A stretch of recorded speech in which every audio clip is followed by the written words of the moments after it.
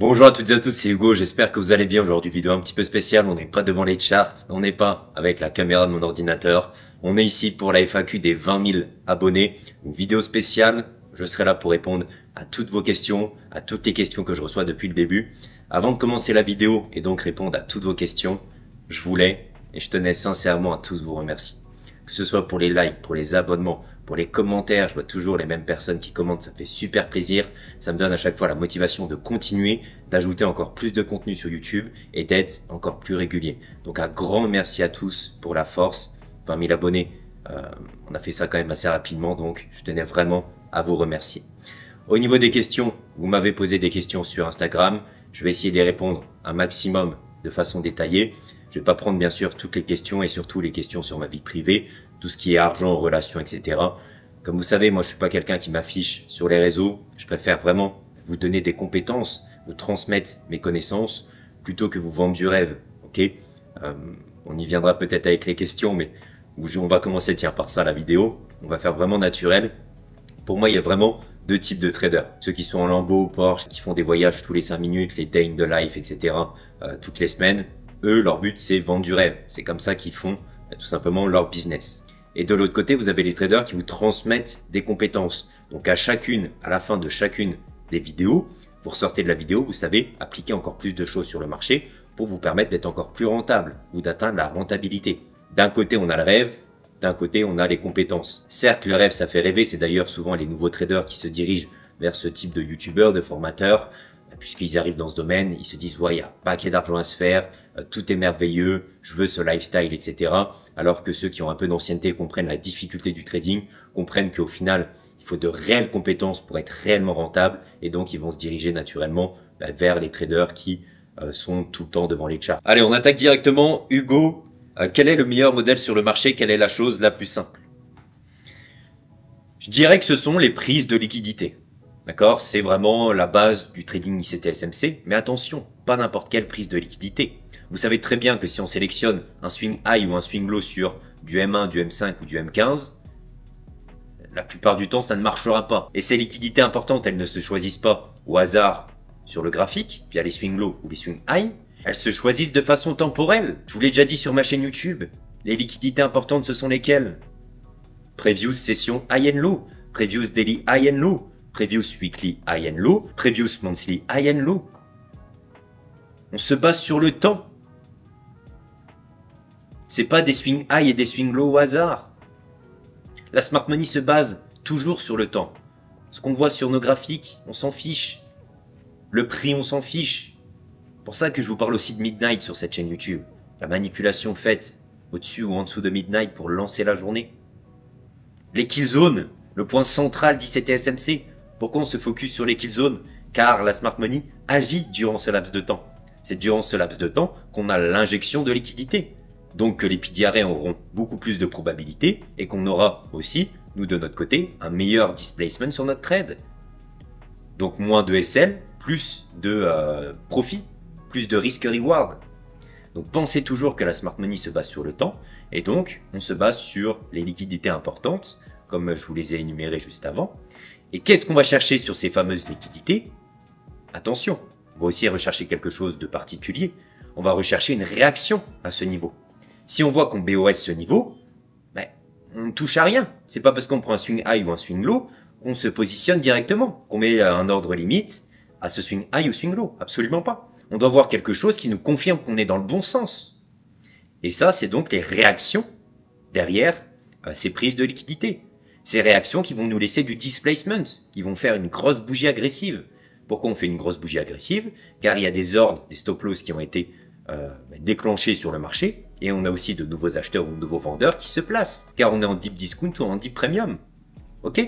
Donc tout ça, normalement, c'est censé nous laisser une forte réaction derrière ces grosses liquidités qui nous laisse donc une grosse bougie de displacement et qui dit displacement dit aussi fair value gap. Et donc vous pourrez prendre position à partir de ce fair value gap. Vous comprenez la schématique? On se base sur les liquidités importantes aux yeux du marché. On recherche une confirmation au final. Cette confirmation, c'est quoi? C'est une rejection importante de ces niveaux. Et on prendra position sur cette rejection. Après, ce sera à vous de trouver votre PDRA. Ça peut être un breaker block, vous prenez position directement sur le fair value gap, ça peut être un order block, mais normalement, vous avez déjà la direction, ce qui ajoute énormément de probabilité sur votre trade. Ensuite, deuxième question, quelle prop firme je recommande? Donc si vous êtes sur les CFD, allez directement sur FTMO. C'est la plus ancienne, c'est elle qui a fait le plus ses preuves. Je vois des gens qui partent sur des prop firmes inconnues au bataillon, juste parce qu'il y a une réduction de 50% sur le challenge ou peu importe. Faites attention avec ça. Chaque prop firme que j'ai vu avec énormément de promotions finit toujours par scammer ou a des problèmes avec sa trésorerie, etc.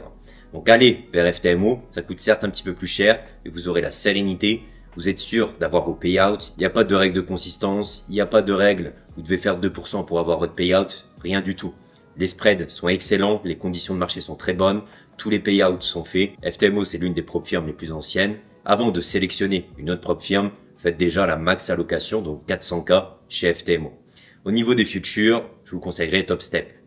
C'est Apex ou TopStep, et j'ai vu que Apex avait récemment des problèmes au niveau des payouts, des gens se plaignaient. TopStep, ça marche très bien. J'ai jamais vu quelqu'un qui avait un souci dessus, qui avait un problème de payout. J'ai énormément de membres dans l'académie qui sont chez TopStep. Donc je vous conseillerais CFD, FTMO et Future TopStep. Troisième question, pourquoi je trade les CFD et pas les Futures? Tout simplement car j'ai commencé en swing trading. Sur les Futures, vous devez quitter vos positions tous les soirs. Vous n'avez pas le droit de garder vos positions. Donc les CFD permettent facilement de faire du swing trading. Ensuite, j'ai fait plus de day trading, donc j'aurais pu aller sur les futurs, mais j'étais tellement habitué au CFD, je suis tellement habitué au Forex que je ne change pas mes habitudes. Tout se passe très bien comme ça. Aussi, l'avantage avec FTMO, c'est que vous passez le challenge, il est remboursé. Donc vous êtes en risque free, vous ne risquez absolument rien. Vous êtes uniquement là pour gagner de l'argent. Bien sûr, il faut savoir passer les challenges, mais comprenez que on est vraiment dans un système avantageux pour les traders ayant de réelles compétences sur le marché. Avec les futurs, vous avez des abonnements mensuels. Je dirais que les futurs sont clairement plus adaptés pour les scalpers. Vous n'avez pas de spread. Si vous tradez le M1, quelques pips ou quelques points ou peu importe, allez directement sur les futurs. Par contre, si vous êtes des traders ou swing traders, allez sur les CFD. Et pas me faire du M1 sur une paire mineure, sur les CFD, encore pire, sur prop firm, où les conditions ne sont pas parfaites, comme sur broker personnel, par exemple IC Markets ou Fusion Markets. Okay, c'est aussi à vous de sélectionner le bon environnement selon votre trading, tout simplement. Quelle est la meilleure plateforme pour trader? Donc, je vais faire super simple. Si vous êtes sur ordinateur, si c'est trader, ça marche super bien. Personnellement, je trade uniquement que via mon téléphone. Toujours pris l'habitude comme ça depuis mon swing trading à mes débuts. Et donc, je passe encore sur MetaTrader. Je suis actuellement sur MT5. D'accord? MT4 et MT5. Pour sa simplicité, on met les lots, on met le SL, on met le TP, on touche plus. C'est parfait. Par contre, pour ceux qui souhaitent avoir une meilleure version sur ordinateur, c'est ces traders. Quel est mon PDRA favori? Une excellente question et je pense que vous le savez si vous suivez ma chaîne YouTube depuis un moment, ce sont les fair value gap. Pour moi, c'est le meilleur PDRA sur le marché. Donc, qu'est-ce qu'on a globalement comme PDRA? Très bon sur le marché. On a breaker block, OB et fair value gap. Ne commencez pas à me parler de propulsion block, ne commencez pas à me parler de tous ces nouveaux PDRA qui sortent chaque année. On s'en fiche. C'est des nouveaux PDRA, ils ont beaucoup moins de probabilité sur le marché. Les anciens, ce sont ceux qui ont fait leurs preuves, qui marchent très très bien. On sait tous qu'un fair value gap, qu'un OB c'est solide, un breaker block encore plus. Quelle est la meilleure façon de réussir en trading? Pour moi, il y a deux choses. Premièrement, le temps. Ne soyez pas pressé. Je sais que vous avez envie de faire directement énormément d'argent, surtout avec les vendeurs de rêves qu'il y a sur YouTube ou peu importe, hein, sur Snapchat, sur Instagram. Mais le trading, ça prend du temps, ça prend des mois, voire même des années. Ok? Et en plus, il faut faire les choses bien. Si vous ne faites pas les choses bien, ça ne marchera pas. Pour que ça marche et faire les choses bien, il faut faire quoi? Il faut faire son journal de trading. Il faut avoir une routine précise. Je ne vais pas directement sur mon graphique en M15 et prendre position sans regarder le calendrier économique, sans regarder les time frames, sans faire mes corrélations. Sinon, ça ne marchera jamais. Il faut avoir un protocole précis pour réussir. Et surtout, le plus important, avoir un journal de trading qui nous permet de voir nos erreurs, qui nous permet d'ajuster nos réussites. Ok? Peut-être que j'aurais pu aller chercher plus de TP, réduire un petit peu plus mon SL, choisir un autre PDRA comme prise de position. C'est avec cette réflexion que vous aurez sur chacun des trades que vous allez devenir meilleur. Et imaginez avec 6 mois, 1 an, 2 ans de data derrière vous. C'est là où vous allez maîtriser votre trading et donc vous perfectionner sur la prise de position, sur comment faire de l'argent en trading. Donc, je dirais le temps et le journal de trading. Ensuite, question suivante, day trading, scalping ou swing trading? Je dirais que ça va dépendre de deux choses. Premièrement, de vos préférences, bien sûr. Si vous préférez scalper, allez sur le scalping. Si vous préférez le swing trading, allez en swing trading. Et deuxièmement, votre mode de vie. Si vous faites un CDI de 8 heures, 17 heures, classique, et que vous ne pouvez pas accéder aux charts, pourquoi vous allez faire du scalping ou du day trading, puisque vous ne traderez pas en kill zone? Je vous rappelle que c'est le temps le plus important. C'est là où vous allez trouver les meilleurs mouvements. C'est là où vous allez trouver le meilleur respect des PDRA. Donc n'allez pas me faire du scalping à 20 heures sur EURUSD. Ça ne marchera pas. Ou alors pas sur le long terme. Donc, dans ce cas-là, si vous avez un CDI que vous êtes pris, vie de famille, etc., allez directement sur le swing trading. Swing trading, il n'y a pas besoin des kill zones. Vous allez sur les grosses time frames. Vous prenez vos petits trades, vous faites vos analyses tranquillement le week-end. Je regarde même pas mon MT4 durant la semaine, sauf pour mettre mon BE, et c'est tout. Ok? Si vous préférez, par contre, le scalping, vous pouvez pourquoi pas aller sur les indices pour aller trader, scalper New York après-midi. C'est une kill zone faisable sur les indices. Admettons que vous êtes salarié dans un restaurant, vous travaillez le midi, mais le matin vous êtes disponible. Pourquoi pas être des traders sur la session London, qui est une très bonne session. Si vous préférez faire du day trading par rapport au swing trading, vous voyez, c'est à vous de vous adapter. Regardez un petit peu ce qui se passe. Il faut savoir aussi une chose très importante en trading, c'est plus vous augmentez en time frame, plus vos probabilités de réussite seront grandes, puisque les PDRA sont beaucoup plus respectés, puisque vous avez beaucoup moins de bruit, ce qui est logique. Hein. Une bougie sur du daily, elle se termine tous les jours, c'est une par jour, alors qu'une bougie en M5, c'est une bougie tous les 5 minutes. C'est beaucoup plus dur à lire, il faut beaucoup plus d'expérience sur les petites time frames. Donc la simplicité, c'est swing trading sur les grosses time frames, et c'est ce qui s'adapte de toute façon le mieux avec la plupart des personnes, hein, CDI, vie de famille, etc. Quelle place à l'analyse fondamentale sur mes positions en swing? Je ne regarde absolument pas le fondamental. Pour moi, le technique me dit absolument tout. Les PDRA me disent absolument tout. Je sais dans quelle direction ça va aller, surtout encore plus sur les hauts time frames, en fonction des PDRA qui sont touchés. Donc pourquoi j'irais lire des news économiques, passer mon temps 2 heures à lire des choses qui sont en plus contradictoires? On aura un site qui nous dira « Oh, la Fed, voici, voit ça ». On serait aussi sur le dollar. Et après, je vais voir un autre site qui me dit « Oh, la Fed bearish sur les 3 mois à venir ». On ne sait plus quoi faire avec le fondamental. Trop d'articles à regarder, trop de politiciens qui disent des choses contraires. Pour moi, ce n'est absolument pas fiable, sauf pour les positions très long terme, en monthly, des choses comme ça. Où là, on va se baser vraiment sur les taux d'intérêt, puisque des taux d'intérêt élevés sur une monnaie favorisent la hausse de cette monnaie, puisque les investisseurs ont envie d'investir dans ce pays. Différence entre plan de trading et stratégie de trading. Ton plan de trading, ce sont tes règles, ok? Combien de trades par semaine? 3, 4, 10, 15 si tu es scalper, beaucoup plus. À quelle kill zone tu dois prendre position? Si tu es trader London et que tu as fait tes profits sur London, pourquoi tu vas sur New York? À part redonner ton argent au marché, tu vas difficilement faire encore plus de profits. Donc, plan trading, ce sont tes règles, tout ce que tu dois suivre avant de prendre position, ou même plus large. Et stratégie trading, c'est ta stratégie pure et dure, tes setups. Qu'est-ce que tu attends sur le marché? Est-ce que tu prends position sur des unicornes, modèles? Donc, breaker block plus fair value gap. En M15 sur la session London, tu vois, là on est vraiment sur le technique pur et dur. Comment se détacher du trading pour se focus sur un autre business? J'ai peur d'oublier tout ce que j'ai appris. Le swing trading, encore une fois. Tu prends tes 1-2 positions par semaine, ou même 1-2 positions tous les 15 jours ou tous les mois, et tu laisses couler. Ça te permet de te focus sur tes autres business, et en même temps, tu peux faire de l'argent facilement. Et je dis facilement parce que les hauts time frame, franchement, c'est super simple. Tu vas sur ton daily, tu prends position sur ton daily. Tu ne t'embêtes pas. Tu auras des SL larges, c'est le but du swing trading, donc tes trades vont durer assez longtemps, mais tu as cette sérénité d'esprit, tu n'as aucune psychologie, et tu peux te focus sur autre chose. C'est pour ça que je recommande absolument le swing trading pour les personnes qui n'ont pas le temps. Ok, on reprend ici la vidéo. Hugo, quelle est ta routine de trading? 3 étapes super simples. Premièrement, je vais sur le calendrier économique, Forex Factory. Je regarde les news qu'on peut avoir dans la journée. S'il y a des news très dangereuses, je ne vais pas trader cette journée. Ou alors, après annonce économique. Sur certaines news économiques, les SL ne tiennent pas. On a tellement d'injections de liquidités que tout saute, donc c'est super dangereux pour le compte. En trading, le but n'est pas de faire des profits, c'est déjà de préserver son capital, de ne pas perdre d'argent. Et après, on pourra se permettre de faire des profits. Donc on évite les erreurs de débutants. On s'informe sur les news économiques. On regarde qu'est-ce qui se passe tous les jours. Et aussi, le calendrier économique me permet de définir des profils de semaine. Si je vois qu'on a des grosses annonces, par exemple le mardi, je peux facilement me dire que mardi sera le plus haut, le plus bas de la semaine. Et donc, on aurait un classique Tuesday, high, low of the week. Ok, le profil qu'on connaît tous, weekly.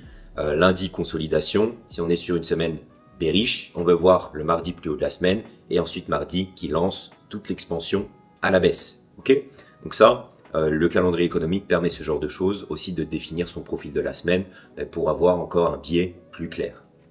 Ensuite, je vais sur le fameux DXY, je suis principalement trader Forex, donc c'est le DXY qui donne la direction sur mon marché. Donc je vais voir où est-ce qu'il en est, je vais sur les hauts time frame, est-ce qu'il touche des PDR importants, est-ce qu'on est en premium, est-ce qu'on est en discount. Grâce à ça, j'aurai mon biais, j'aurai ma direction et ensuite je vais sur mes paires, Euro USD, GBP USD, AUD USD. Je regarde ce qu'on a dessus et je vais prendre position si jamais on est aussi à des niveaux clés. Mon but c'est de corréler mes paires avec le DXY et c'est le DXY qui me donne la direction. Sur mes paires, c'est à peine si j'analyse, je vais juste pour prendre position.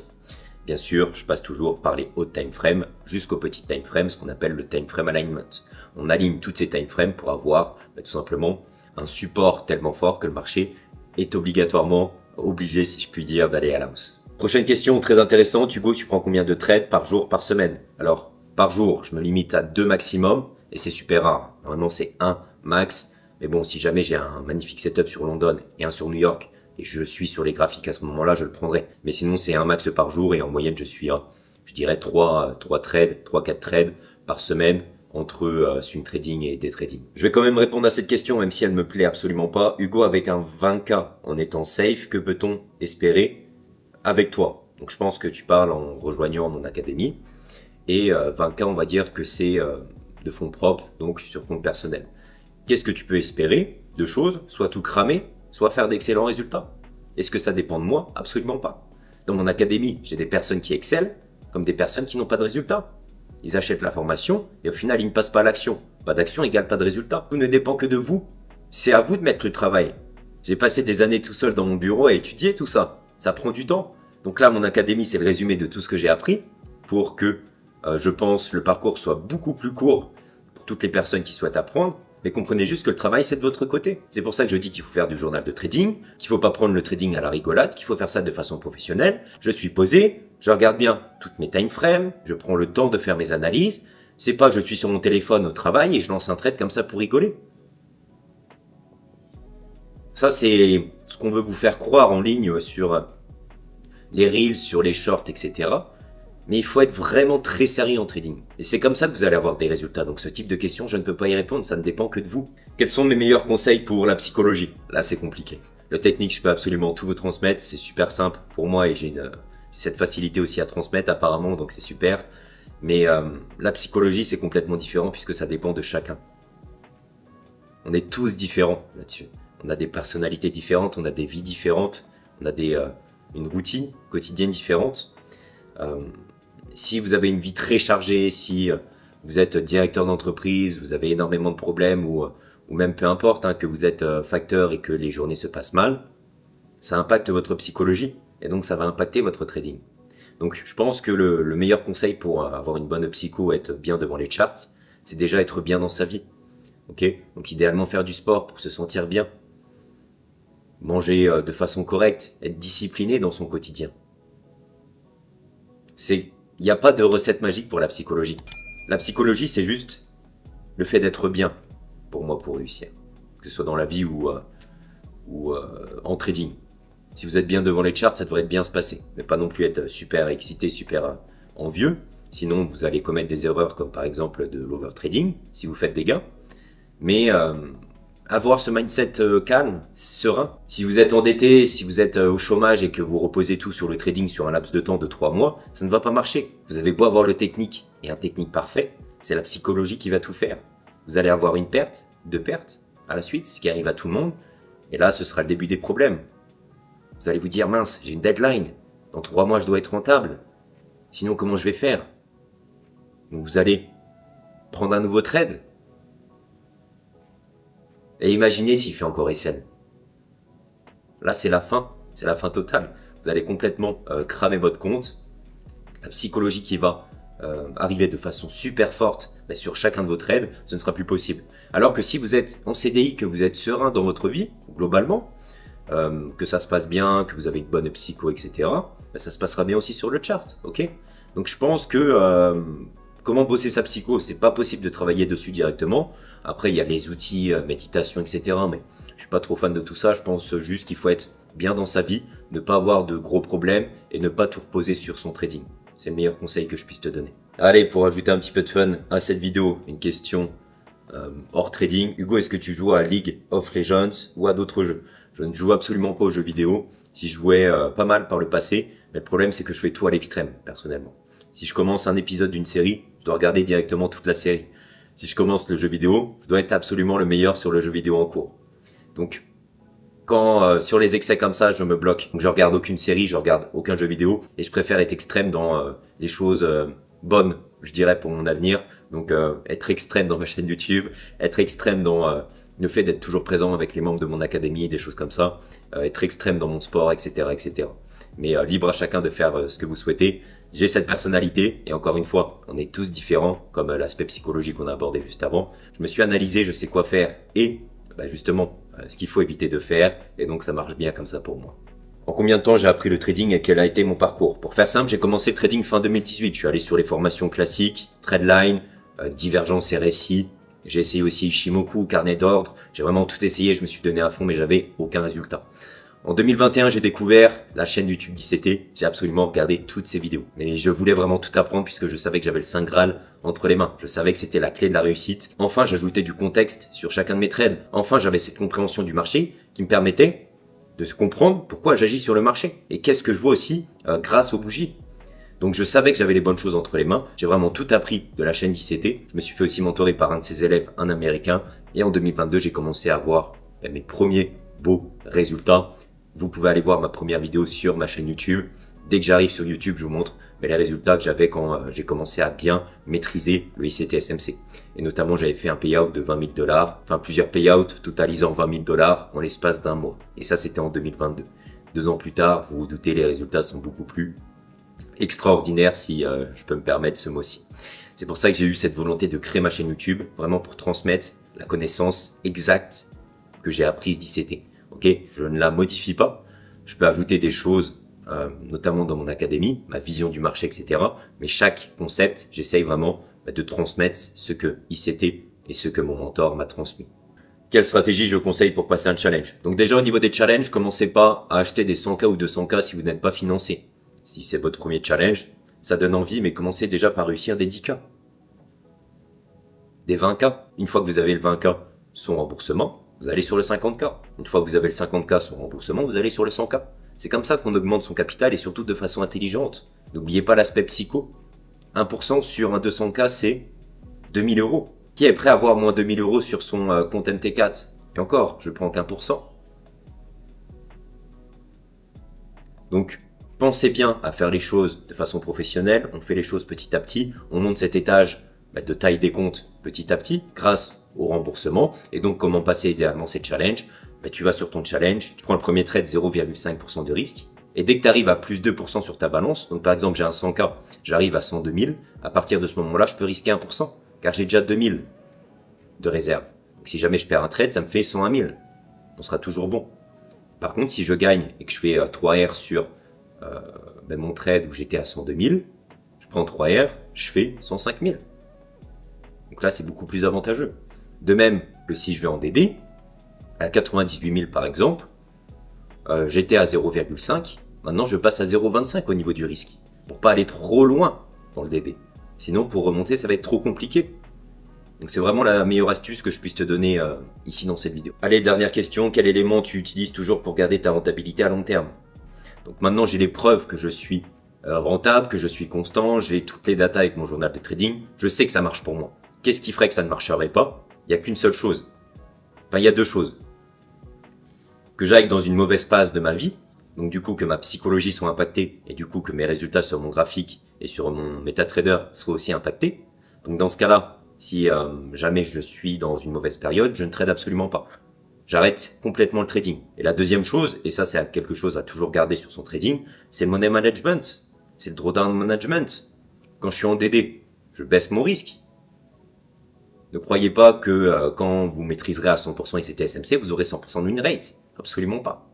Par contre, ce que vous aurez, c'est une logique sur le marché. Vous aurez les preuves que votre trading marche. Il n'y aura qu'une chose qui fera la différence, ce sera votre mindset. Comment vous vous contrôlez en face des charts? Est-ce que vous overtradez? Est-ce que vous prenez du risque que vous ne devez pas prendre? Mais ça va venir avec le temps.